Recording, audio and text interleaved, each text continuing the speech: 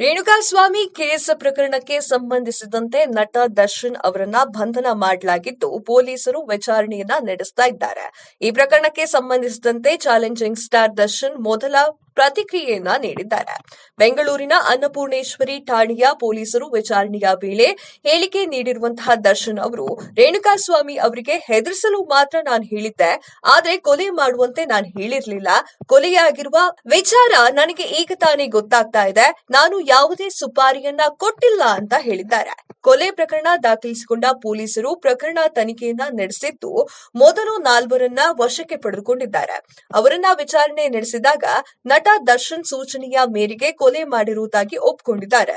ಅಲ್ಲದೆ ಘಟನೆ ನಡೆಯುವ ವೇಳೆ ಸ್ಥಳದಲ್ಲಿ ನಟ ದರ್ಶನ್ ಕೂಡ ಇದ್ರು ಎನ್ನುವಂತಹ ಮಾಹಿತಿ ಪೊಲೀಸರಿಗೆ ಬಂದಿದೆ.